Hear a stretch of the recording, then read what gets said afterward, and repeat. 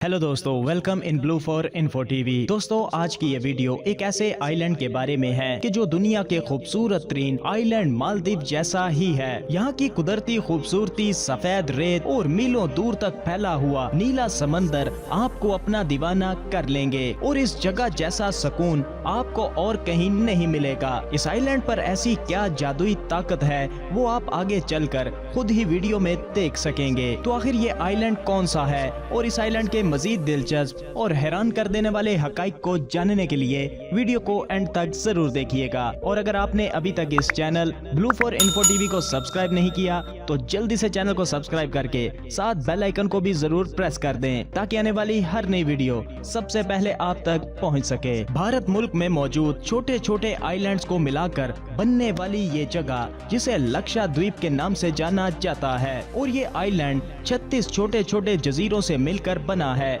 मगर सिर्फ 7 जजीरों पर ही लोग बसते हैं। लक्षद्वीप के दारुल हुकूमत यानी कैपिटल शहर की बात की जाए तो कवारती सिटी यहाँ का कैपिटल सिटी है। ये आइलैंड अपनी बेइंतहा खूबसूरती की वजह से टूरिस्ट के लिए पसंदीदा जगह बनती जा रही है। इस आइलैंड की सफेद रेत, पुरसकून माहौल, नारियल के दरख्त और यहाँ के नज़ारे आपको किसी और ही दुनिया में ले जाएंगे। हर साल बहुत से टूरिस्ट यहाँ पर बीच और सी फूड के साथ साथ वाटर स्पोर्ट के मजे करने के लिए यहाँ पर आते हैं। इस आइलैंड पर पानी इतना क्रिस्टल क्लियर है कि आप आसानी से पानी की तह तक देख सकते हैं। इस आइलैंड की खास बात ये है कि यहाँ पर जाने के लिए आपको पहले गवर्नमेंट से इजाजत लेना पड़ती है और गैर मुल्की टूरिस्ट को सिर्फ 3 ही जजीरों पर जाने की इजाजत है। इस आइलैंड पर बहुत से लग्जरी होटल और शानदार रिजॉर्ट्स मौजूद हैं और इस आइलैंड पर जाकर आप अलग ही तरह के